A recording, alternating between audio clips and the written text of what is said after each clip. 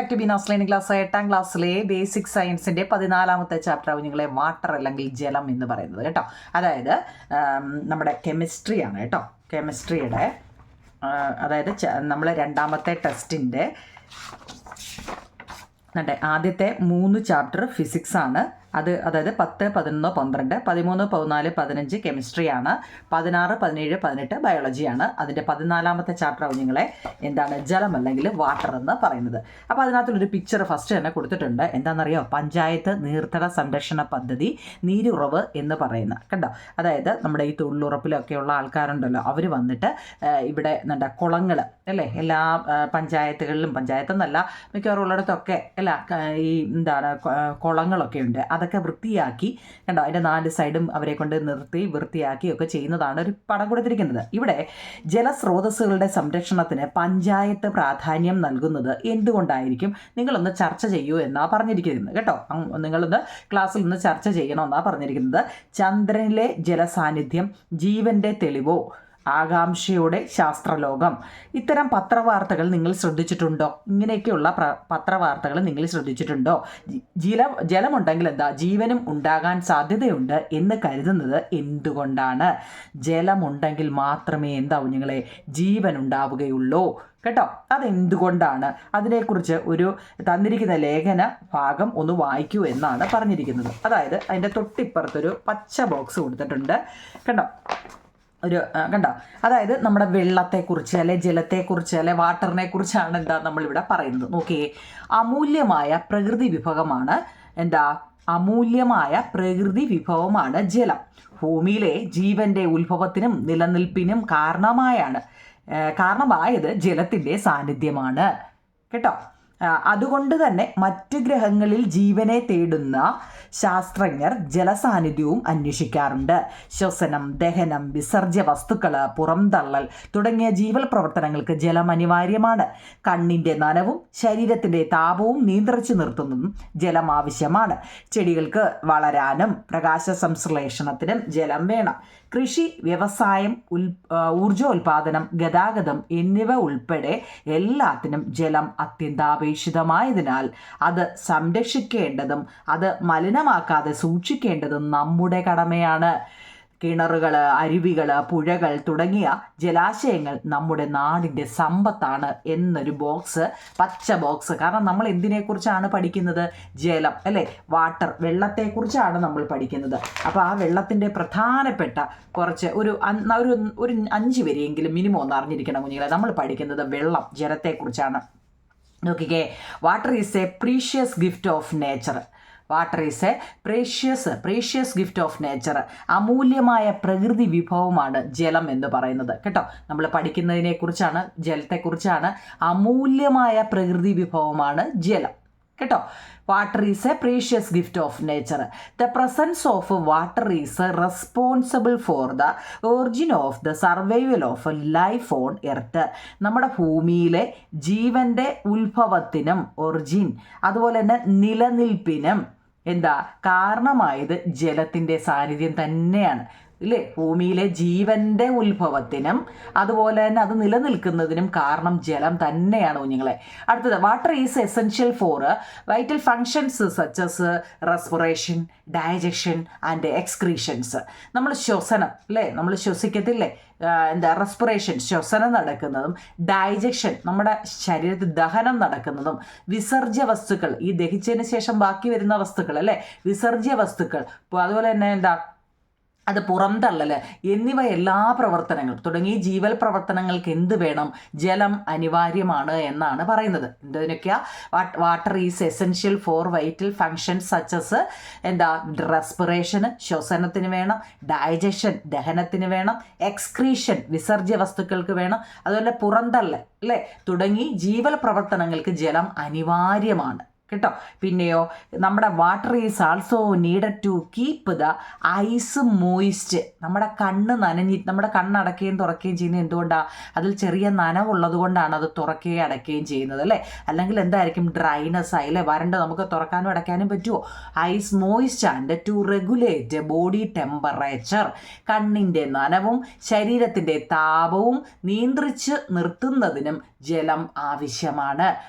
ജലത്തെക്കുറിച്ചാണ് നമ്മൾ പഠിക്കുന്നത്. പിന്നോ പ്ലാന്റ് അല്ലേ, plants need water for growth and photosynthesis. ചെടികൾക്ക് വളരാനും അതുപോലെ തന്നെ പ്രകാശ സംശ്ലേഷണത്തിനും ജലം വേണം. Water bodies such as well, streams and rivers. വിവേഴ്സ് എന്ന് എഴുതിയിരിക്കുന്നത് അല്ലേ, റിവറുകൾ കുഞ്ഞുങ്ങളെ, റിവർ ആറാണ് അവിടെ. Rivers are the wealth of our country. കിണറുകൾ, അരുവികൾ, പുഴകൾ തുടങ്ങിയവ ജലാശയങ്ങൾ നമ്മുടെ നാടിൻ്റെ തന്നെ സമ്പത്താണ്. അപ്പം ജലവുമായിട്ട് ബന്ധപ്പെട്ട ഒരു 5 എണ്ണം ഞാൻ എഴുതിയതാണ്. ഒന്നാമത്തെന്ന് വെച്ചാൽ ജലമൂല്യമാണ് കേട്ടോ. നമ്മുടെ ടെസ്റ്റിൽ തന്നെ ജലത്തെക്കുറിച്ച് പറഞ്ഞിട്ടുണ്ട്. ഭൂമിയിലെ ജീവൻ്റെ ഉത്ഭവം ഉണ്ടാകുന്നതും അത് നിലനിൽക്കുന്നതും ഒക്കെ ജലമുള്ളത് കൊണ്ടാണ്. എന്തിന് നമ്മൾ ശ്വസിക്കുന്നത് അല്ലേ, നമ്മുടെ ദഹനം നടക്കുന്നത്, വിസർജ്യ വസ്തുക്കൾ പുറന്തള്ളൽ, ഇങ്ങനെയൊക്കെ നമ്മുടെ ശരീരത്തിൽ എന്ത് പ്രവർത്തനം നടക്കണമെന്നുണ്ടെങ്കിലും അവിടെ ജലം ആവശ്യമാണെന്നാണ് കേട്ടോ. കണ്ണിൻ്റെ നനവായാലും ശരീരത്തിൻ്റെ താപവും നിയന്ത്രിക്കുന്നതും ഇതെല്ലാം ജലമാണ്. ചെടികൾക്ക് വളരാനായാലും അതിൻ്റെ പ്രകാശ സംശ്ലേഷണവും ഒക്കെ ജലം വേണം. കിണറുകളായാലും അരുവികളായാലും പുഴകളായാലും തുടങ്ങിയ ജലാശയങ്ങൾ നമ്മുടെ നാടിൻ്റെ തന്നെ സമ്പത്താണ് കേട്ടോ. ഇതാണ് ഫസ്റ്റ് വാട്ടർ അല്ലെങ്കിൽ ജലത്തെക്കുറിച്ച് പറയുന്നത്. അതിൻ്റെ തൊട്ട് താഴെ തന്നെ നമ്മുടെ ടെസ്റ്റ് ചോദിച്ചിട്ടുണ്ട്, what are the uses of water. ജലത്തിൻ്റെ ഉപയോഗങ്ങൾ ഇല്ലേ. ഇത് 2ലെയും 3ലെയും കുട്ടികളോട് ചോദിക്കുന്ന പോലെയാണ്. എന്താണ് വെള്ളത്തിൻ്റെ ഉപയോഗങ്ങൾ? For drinking, for bathing, for cooking, for cleaning, for washing, for agriculture, for generating electricity.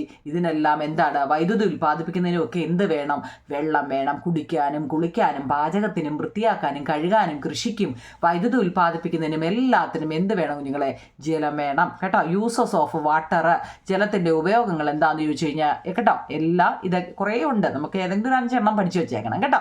ഇനി അടുത്തത് അതിൻ്റെ തൊട്ട് താഴെ എന്തുകൊണ്ടാവാം ജലം ഇത്രയേറെ ആവശ്യങ്ങൾക്ക് ഉപയോഗിക്കാൻ കഴിയുന്നത്? ജലത്തിൻ്റെ ചില സവിശേഷതകൾ എഴുതാൻ നമ്മളോട്. ക്യാരക്ടറിസ്റ്റിക്സ് ഓഫ് കേട്ടോ, അതിന് എന്താക്കി നമ്മുടെ ടെസ്റ്റിൽ കൊടുത്തിട്ടുണ്ട്. ക്യാരക്ടറിസ്റ്റിക്സ് അതിൻ്റെ വിളി തീർന്നു. ഓക്കെ,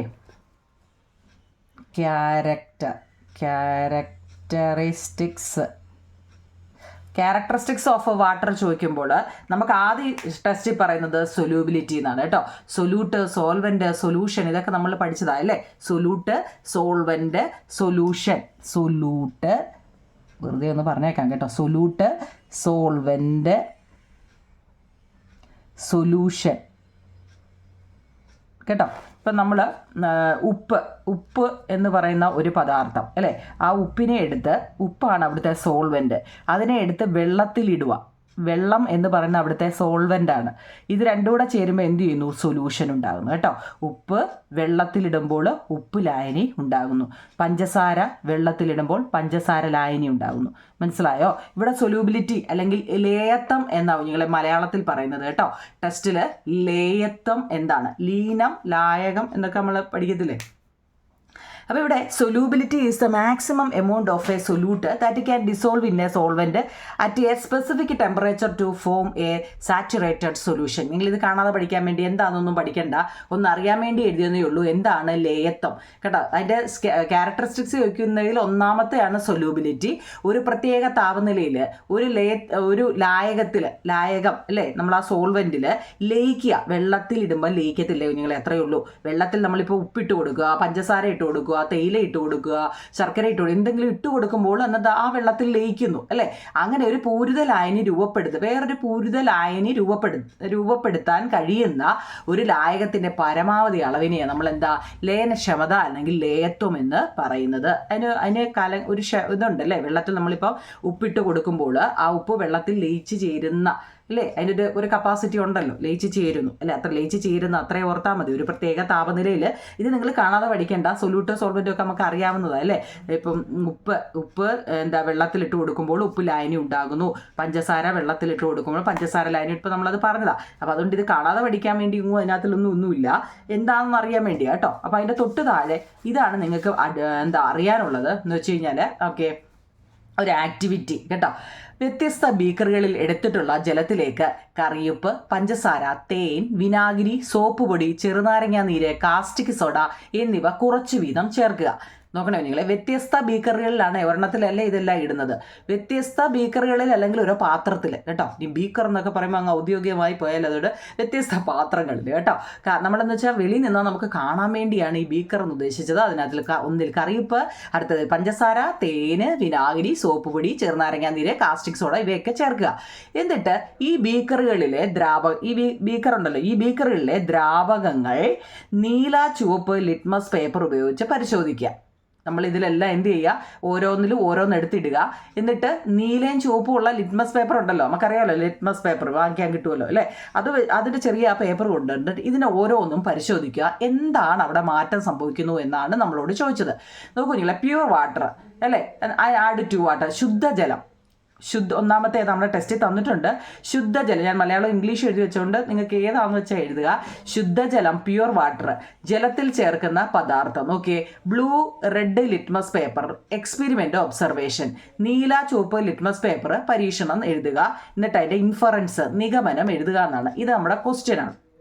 ഓരോന്നും എന്താണ് അപ്പം നോക്കിയേ. ഫസ്റ്റ്, പ്യുവർ വാട്ടർ, ശുദ്ധജലമാണ്. ശുദ്ധമായ ജലം നമ്മൾ ഒരു പാത്രത്തിൽ ഇടുക. മനസ്സിലാക്കണേ, ശുദ്ധമായ ജലം ഒരു പാത്രത്തിൽ ഇട്ടു. അപ്പോൾ അതിനകത്തിൽ നമ്മൾ ബ്ലൂ ലിറ്റ്മസോ അല്ലെ റെഡ് ലിറ്റ്മസോ നമ്മൾ ഇട്ട് കൊടുത്തു കഴിഞ്ഞാൽ അവിടെ എന്താണ് സംഭവിക്കുന്നതെന്ന് നിരീക്ഷണം എഴുതാനാണ് നമ്മളോട് ചോദിച്ചത്. അവിടെ എന്താ നിങ്ങൾ, no change in the colour of the litmus paper. നമ്മുടെ ശുദ്ധമായ വെള്ളമാണെങ്കിൽ ഏത് ലിറ്റ്മസ് പേപ്പർ ഇട്ട് കൊടുത്താലും അതിന് ഒരു വ്യത്യാസം ഉണ്ടാവുന്നില്ല. മനസ്സിലാക്കണേ, no change in the colour of the litmus paper. ഒരു മാറ്റവും അവിടെ ലിറ്റ്മസ് പേപ്പറിന് ഉണ്ടാകുന്നില്ല. കാരണം എന്താ, അത് ശുദ്ധമായ വെള്ളമാണ് അല്ലേ, പ്യുവർ വാട്ടറാണ്. ഇനി അതിൻ്റെ ഇൻഫറൻസ് ചോദിച്ചാലോ, water has no acidic or basic property. ജലത്തിന് എന്താണ്, അസിഡിക് സ്വഭാവമോ ബേസിക് സ്വഭാവമോ, അതായത് ക്ഷാര സ്വഭാവമോ അമ്ല ഗുണമോ ഇല്ല. ഏതിനാണ്, ശുദ്ധജലത്തിൻ്റെ കാര്യമാണ് പ്യുവർ വാട്ടറിന്. Water has no acidic basic property. ജലത്തിന് അല്ലെങ്കിൽ അമ്ല ഗുണമില്ല. നമ്മുടെ ടെസ്റ്റ് തന്നിട്ടുണ്ട്. Water has no acidic no basic കേട്ടോ. ഇനി അടുത്ത രണ്ടാമത് നമ്മൾ കോമൺ സാൾട്ട്, കറിയുപ്പിനകത്തിലോട്ട്, ഉപ്പിനകത്തിലോട്ട് നമ്മൾ ഈ പറയുന്ന പോലെ ബ്ലൂവോ റെഡോ ലിറ്റ്മസ് പേപ്പർ ഇട്ട് കൊടുത്താൽ അവിടെ എന്താ പറഞ്ഞാൽ അവിടെ ഒരു മാറ്റം ഉണ്ടാകുന്നില്ല കേട്ടോ. എന്താ, നോ ചേഞ്ചസ്. എന്തായിരിക്കും അത്, ന്യൂട്രൽ ആയിരിക്കും, നിർവിരീകരണം അല്ലേ, ന്യൂട്രലായിട്ട് അതങ്ങ് മാറുമെന്നാണ് കേട്ടോ. നിർവിരീകരണം നമ്മൾ പഠിച്ചതാ, ആസിഡ് ബേസ് എന്നുള്ള പാഠത്തിൽ പഠിച്ചതാ. ഇനി ഷുഗർ, പഞ്ചസാരക്കകത്തിൽ പഞ്ചസാര ലായനി ഉണ്ടല്ലോ, അതിനകത്തിലും നമ്മൾ ഈ ബ്ലൂ ലിറ്റ്മസോ റെഡ് ലിറ്റ്മസോ ഇട്ട് കൊടുത്തു കഴിഞ്ഞാൽ അവിടെ ഒരു മാറ്റവും ഉണ്ടാകുന്നില്ല. അതും എന്തായിരിക്കും, ന്യൂട്രൽ ആയിരിക്കും കേട്ടോ. എന്നാൽ ഹണി, തേനിനകത്തിലാണ് നമ്മൾ ഇട്ട് കൊടുത്തതെങ്കിൽ എന്താണെന്നറിയോ, ഈ ബ്ലൂ ലിറ്റ്മസ് പേപ്പർ എന്ത് ചെയ്യുന്നു, ടേൺ റെഡ് ആയിട്ട് മാറുന്നു. തേനിനകത്താണ് നമ്മൾ ഇട്ട് കൊടുത്തതെങ്കിൽ ബ്ലൂ ലിറ്റ്മസ് പേപ്പർ പെട്ടെന്ന് എന്തായിട്ട് മാറുന്നു, ചുവന്ന കളറായിട്ട് മാറുന്നു. എന്തുകൊണ്ടാണ്, അത് അസിഡിക് ആണ് കേട്ടോ, അത് അസിഡിക് ആണ്. ഓക്കെ ആണോ, ആസിഡും ബേസും നമ്മൾ പഠിച്ച ആസിഡിക്കാണ്. ഇനി വിനീഗറിനകത്തിലാണെങ്കിലോ, വിനാഗിരി ഈ പറയുന്ന പോലെ തേനിൻ്റെ കൂട്ടുകാരനാണ്. ബ്ലൂ ലിറ്റ്മസിനെ റെഡിലോട്ട് മാറ്റുന്നു. ബ്ലൂ ലിറ്റ്മസ് റെഡാക്കി മാറ്റുന്നെങ്കിൽ അത് ഓർത്താൽ മതി, അത് അസിഡിക് ആയിരിക്കും അല്ലേ. അസിഡിക് നമ്മൾ ആസിഡും ബേസും നല്ലപോലെ പഠിച്ച ചാപ്റ്റർ ഓർമ്മയുണ്ടോ. അടുത്ത സോപ്പ് പൊടിയാണെങ്കിലോ, നിങ്ങൾ സോപ്പ് പൊടിക്കകത്തിലാണെങ്കിൽ റെഡ് ലിറ്റ്മസിനെ ബ്ലൂ ആക്കി മാറ്റും. Red litmus turn into blue ആയിട്ട് മാറുന്നു. കാരണം എന്താ, സോപ്പ് പൊടി ഒരു ബേസിക്കാണ് അല്ലേ, ഇത് തിരിഞ്ഞു പോലെ ബേസിക്കാണ്. ഇനി ലൈം ജ്യൂസ്, ചെറിയ നാരങ്ങ നീരാണെങ്കിലോ, നാരങ്ങ എന്താണ്, ആസിഡാണ് അല്ലേ. ആസിഡ് എപ്പോഴും ബ്ലൂ ലിറ്റ്മസ്, ആസിഡ് എന്ന് എവിടെ കണ്ടാലും എന്താണ്, നോക്കിക്കേ, ബ്ലൂ ലിറ്റ്മസ് ടേൺ റെഡ്, നീല ലിറ്റ്മസിനെ ചുവപ്പാക്കുന്നു കേട്ടോ. ബ്ലൂ ലിറ്റ്മസിനെ നമുക്ക് നോക്കി, ലൈം, നാരങ്ങ എന്ന് കേൾക്കുമ്പോഴേ നമുക്കറിയാം അല്ലേ, സിട്രിക് ആസിഡ്, നാരങ്ങയാണ്, ആസിഡാണ്, അപ്പോൾ അതെന്താ, അസിഡിക്കാണ്. ഇനി സോഡിയം ഹൈഡ്രോക്സൈഡ്, അതും എന്താണ്, അത് ബേസാണ്. എന്തുകൊണ്ടാണ്, റെഡ് ലിറ്റ്മസിനെ ടേൺ ബ്ലൂ, ചുവന്ന ലിറ്റ്മസ് പേപ്പറിനെ നീലയാക്കുന്നു. ചുവപ്പിനെ നീലയാക്കുന്നത് ബേസിക്കുമാണ്, നീലയെ ചുവപ്പാക്കുന്നത് അസിഡിക്കുമാണ്. ആ ക്ലൂ ഓർത്ത് വെച്ചേക്കണം കേട്ടോ. എന്തെങ്കിലും സംശയം ഉണ്ടോ നിങ്ങളെ? ഓക്കെ ആണോ? ഇത് ഒരു മാറ്റവും ഇല്ലെങ്കിൽ അത് ന്യൂട്രലാണ് കേട്ടോ. ഒരു മാറ്റവും ഇല്ലെങ്കിൽ ന്യൂട്രലാണ്. ബ്ലൂവിനെ നീലയാണെങ്കിൽ, ബ്ലൂവിനെ റെഡ് ആക്കുവാണെങ്കിൽ അത് അസിഡിക്കും, റെഡിനെ ബ്ലൂ ആക്കുവാണെങ്കിൽ അത് ബേസിക്കുമാണ് കേട്ടോ. ഇത് നമ്മുടെ ടെസ്റ്റിലെ ചോദ്യമാണ്. കണ്ടോ ഈ നീല, കണ്ടോ ഈ ചോദ്യമാണ് നമ്മളിപ്പോൾ എഴുതിയത്. ഓക്കെ ആണോ? 4 എണ്ണം. ഓക്കെ, അടുത്ത അഞ്ചാമത്തത് നമ്മുടെ ടെസ്റ്റിൽ അതിൻ്റെ തൊട്ട് താഴെ നമ്മളോട് പറഞ്ഞിട്ടുണ്ട് നിങ്ങൾക്ക് പലതരത്തിലുള്ള ലായനികൾ ഉണ്ടാക്കാൻ ജലം നമ്മൾ ഉപയോഗിക്കുന്നു അല്ലേ. ജലം കൊണ്ട് നമ്മൾ എല്ലാത്തിനും ജലം വേണം അല്ലേ, പല കാര്യത്തിനും ജലം വേണം, ജലം ഉപയോഗിക്കുന്നുണ്ട്. ഈ ജലത്തിൻ്റെ സ്വഭാവം അതിൽ അലിഞ്ഞു ചേർന്നിരിക്കുന്ന പദാർത്ഥങ്ങൾക്കനുസൃതമായിരിക്കും. വിവിധ ആവശ്യങ്ങൾക്ക് ജലം പ്രയോജനപ്പെടുത്തുന്നതിനൊരു കാരണം ഈ സവിശേഷ സ്വഭാവമാണ്. അപ്പം എന്താ നോക്കിയേ, വ്യത്യസ്തമായ നിരവധി വസ്തുക്കളെ ലയിപ്പിക്കാൻ കഴിയുന്നതുകൊണ്ട് ജലം ഒരു സാർവിക ലായകം എന്ന് പറയുന്നു. അപ്പൊ അടുത്ത ചോദ്യം നമുക്കതാ, യൂണിവേഴ്സൽ സോൾവെന്റ് എന്നാൽ എന്താണ്? Water can dissolve A wide variety of substance. It is known as universal solvent. Water can dissolve A wide variety of substance. It is known as A universal solvent. വ്യത്യസ്തമായ നിരവധി വസ്തുക്കളെ ലയിപ്പിക്കാൻ കഴിയുന്നതുകൊണ്ട് ജലം ഒരു സാർവിക ലായകം എന്ന് അറിയപ്പെടുന്നു. ഓക്കെ ആണോ? അതിൻ്റെ തൊട്ട് താഴെ ഇനി നമുക്ക് പഠിക്കാനുള്ളത് ഹാർഡ് വാട്ടറും സോഫ്റ്റ് വാട്ടറുമാണ് കേട്ടോ. കട്ടിയുള്ള വെള്ളമുണ്ട്, നല്ല സോഫ്റ്റ് ആയിട്ടുള്ള വെള്ളമുണ്ട് അല്ലേ. അതിൻ്റെ പ്രവർത്തന എക്സ്പെരിമെൻ്റ് അല്ല, ആക്ടിവിറ്റി അല്ലേ.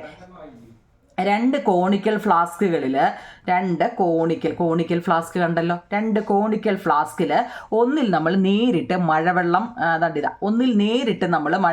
റെയിൻ വാട്ടർ പിടിച്ചു വെച്ചിരിക്കുകയാണ് കേട്ടോ. രണ്ടാമത്തേൽ അതേ അളവിൽ തന്നെ നമ്മൾ കുഴൽ കിണറുണ്ടല്ലോ നിങ്ങളെ, ബോർവെല്ല് കുഴൽക്കിണർ, ആ ബോർവെല്ലിൽ നിന്നും വെള്ളം പിടിച്ച് വെച്ചിരിക്കുകയാണ്. അപ്പോൾ ഒന്ന് റെയിൻ വാട്ടറും ഒന്ന് ബോർവെല്ലുമാണ്. രണ്ടിലും ഒരേ വലിപ്പത്തിലുള്ള 2 സോപ്പ് കഷ്ണം എടുത്ത് ഇടുക. 2 സോപ്പിൻ്റെ ചെറിയ പീസ് എടുത്ത് അതിനകത്ത് ഇടുക. എന്നിട്ട് 2 നല്ലതുപോലെ ഒന്ന് കുലുക്കുക.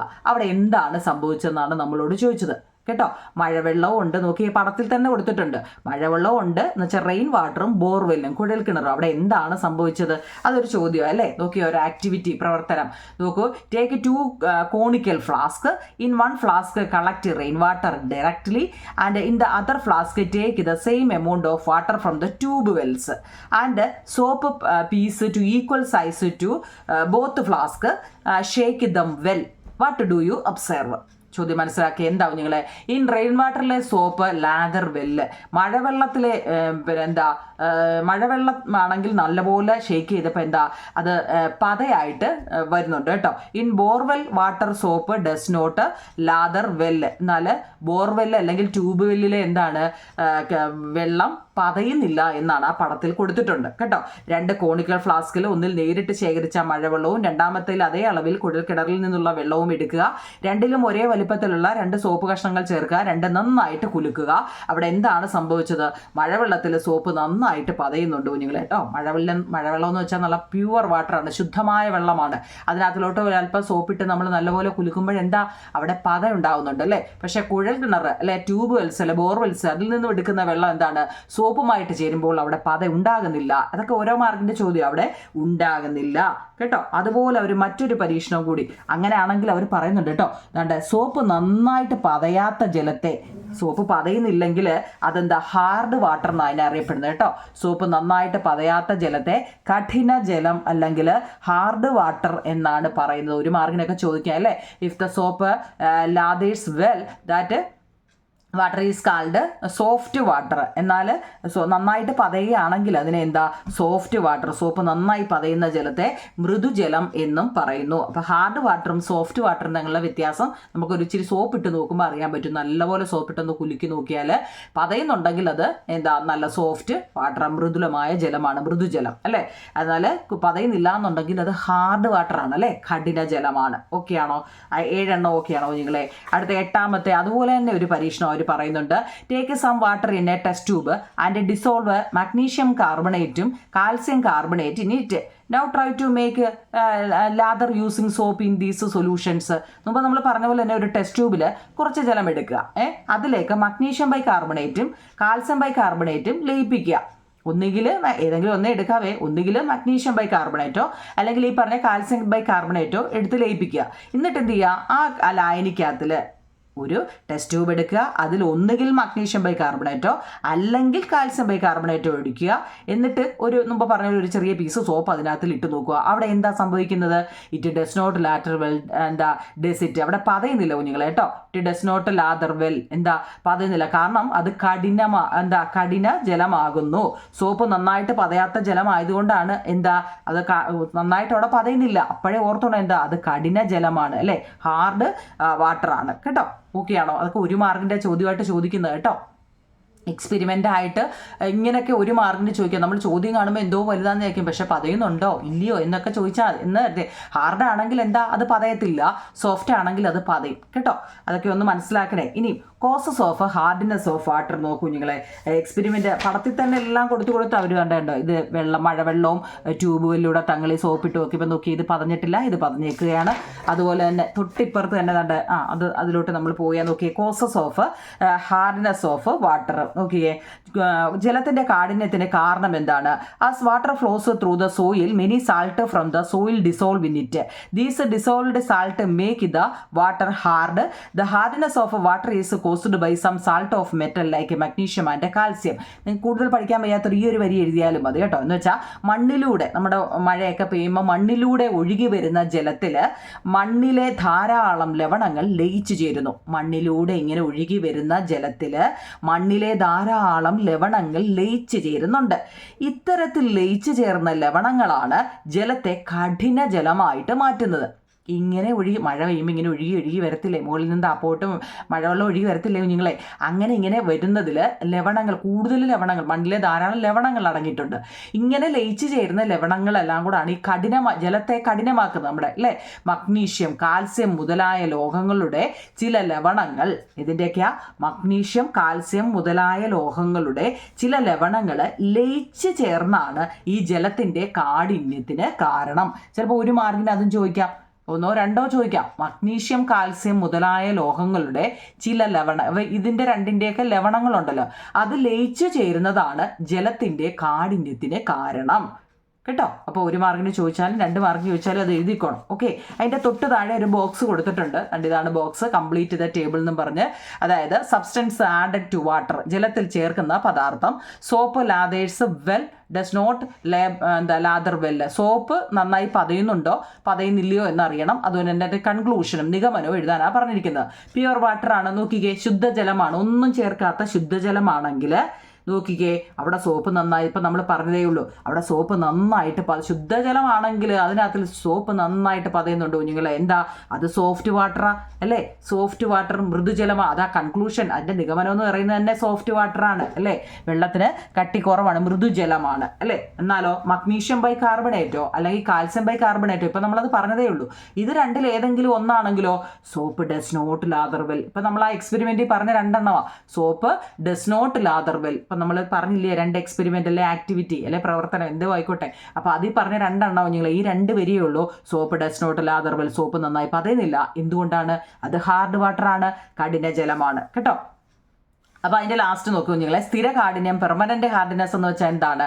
മഗ്നീഷ്യം, കാൽസ്യം മുതലായ ലോഹങ്ങളുടെ സൾഫേറ്റ്, ക്ലോറൈഡ് തുടങ്ങിയ ലവണങ്ങൾ ലയിച്ച് നമ്മുടെ ജലത്തിൽ ലയിച്ച് ചേർന്നാൽ അവയുടെ കാഠിന്യം തിളപ്പിച്ചു മാറ്റാൻ കഴിയില്ല. മഗ്നീഷ്യം, കാൽസ്യം മുതലായ ലോഹങ്ങളുടെ സൾഫേറ്റ്, ക്ലോറൈഡ് തുടങ്ങിയ ലവണങ്ങൾ നമ്മുടെ ജലത്തിൽ ലയിച്ചു ചേർന്നാലേ അവയുടെ കാഠിന്യം തിളപ്പിച്ചാൽ അത് മാറ്റത്തില്ല. അങ്ങനെ മാറാത്തതിനെയാണ് നമ്മൾ സ്ഥിര കാഠിന്യം എന്ന് പറയുന്നത്. നല്ലപോലെ വെള്ളം നല്ലപോലെ വെട്ടി തിളപ്പിച്ചാൽ കട്ടി മാറിയിട്ട് മൃദുവായിട്ട് വരും അല്ലേ? ഹാർഡ്നെസ് മാറി സോഫ്റ്റ് ആവും. പക്ഷേ അങ്ങനെ മാറാത്തത് കൊണ്ട്, അങ്ങനെ മാറാത്തതിനെയാണ് നമ്മൾ സ്ഥിര കാഠിന്യം എന്ന് പറയുന്നത്. If salt like sulphate or chloride of metals such as magnesium or calcium are dissolved in water, their hardness cannot be removed by boiling. This type of hardness is called permanent hardness.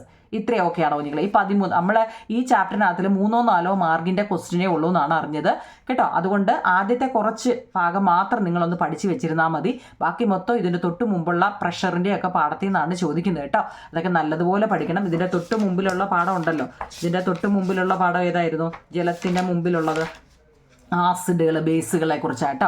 അപ്പോൾ അത് നമ്മൾ എടുത്തതാണ്. അത് നല്ലപോലെ not full നമ്മുടെ ചാനലുണ്ട്. അതിനകത്ത് നിന്നൊക്കെ 8 മാർക്കിനൊക്കെ ചോദിക്കുന്നത് കേട്ടോ.